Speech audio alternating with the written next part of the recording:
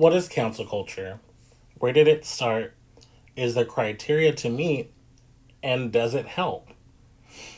These are the questions I have and will be going over in this video.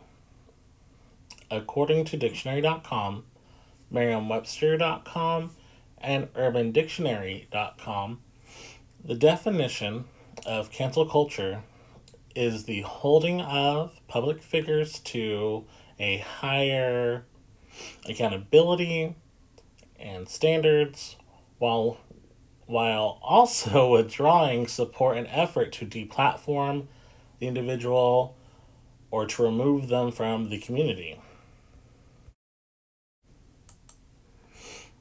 Its roots can be traced back to the Me Too movement and the ever-known Black Twitter. In these instances, what could be considered the seedling that eventually became cancel culture was started out of morally correct outrage over sexual assault and blatant racism. The criteria originally to be met to be canceled was if you or your behavior were immoral or illegal, and if you had little to no remorse for your actions and behavior, and if the fear that your popularity and social reach would be able to corrupt impressionable fans.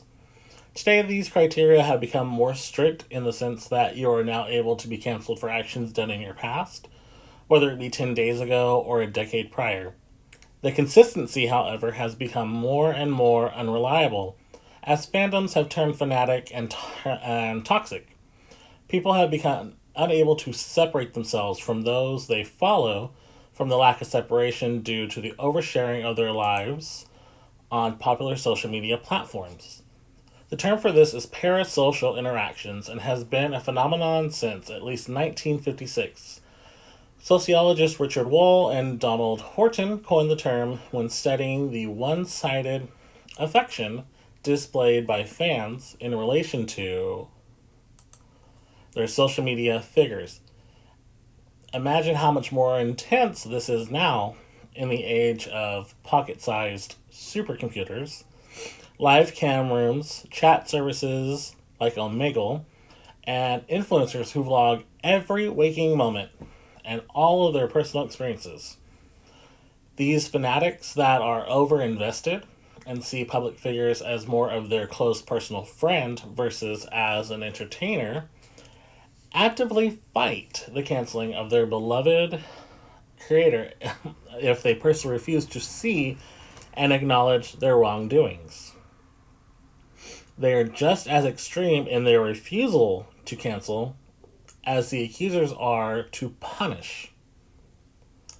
With extremes on both sides, how do we know who is right and who is wrong? Well, to answer that, we need to realize that humans are creatures of fault and habit. They cannot and shouldn't be classified so rigidly. You hear a lot of in explanations, reasonings, and apologies that the era of the time or in which the incident took place justifies the mindset that led to such actions or the person's age or upbringing or personal traumas. People will also fight tooth and nail to say none of these factors matter and they're just a scapegoat. Well, I'm sorry to say, but I personally do think they matter in addition to other factors. I, however, for the record, do not think they excuse anything. When a scandal first breaks out, I like to look into it. I like to see what were the factors that could have led to this person's mental process to think this was a correct action to take. I like to see, did they sincerely apologize? Was it an apology, or was it more damage control with manipulative wording and information?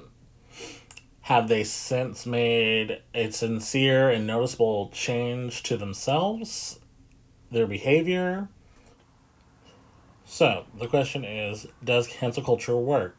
In short, no.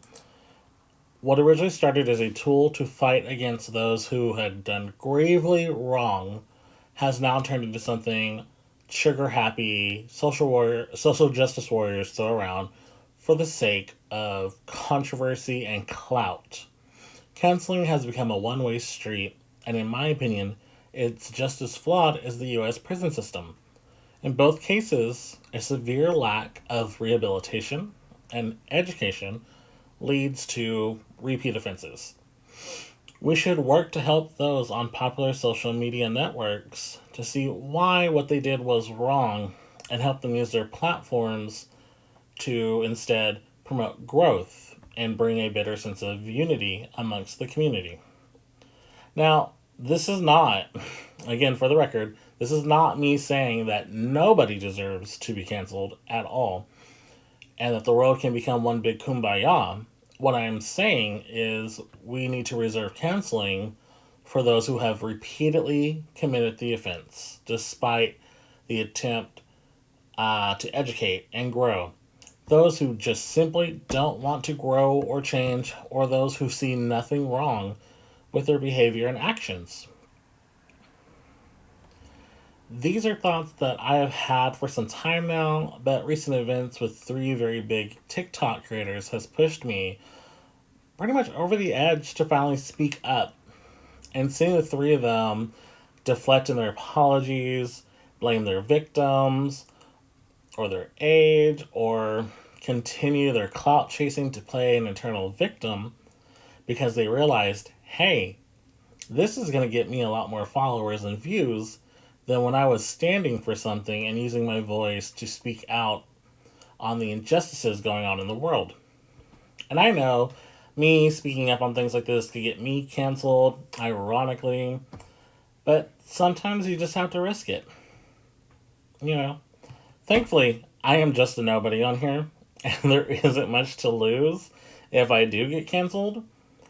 I just, I really just hope you all listen to what I had to say and reflect on it. I welcome discussion in the comments, but I will not tolerate hatefulness. If you cannot discuss without insults, then you're not ready to discuss. And I suggest that you take a moment to reflect and think about what point you want to make, what is it that you're trying to say, and how best to make it. Thanks for listening, guys. Have a wonderful day.